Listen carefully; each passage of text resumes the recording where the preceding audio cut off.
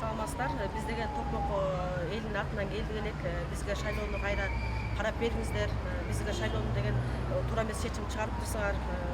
Ошто, например, 18 кандидатын алып туруп бизде Токмокто болгону бир эле кандидат алынып туруп, эмнеге Оштун закону башка, Токмоктун чүйдүн закону башкабы? Биз ага деген каршыбыз.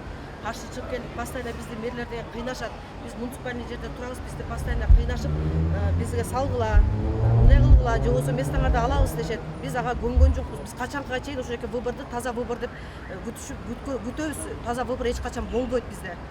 Качан бизде таза выбор болот? Биз Кажадык, бизге мындай выбордун кереги жок. МВД каякта иштеди, МВД иштеген жок.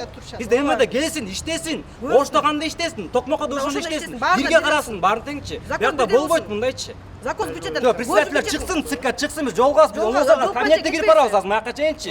Кабинетке чейин кирип барып тыкылдатып кирип барабыз үйүнө чейин азыр.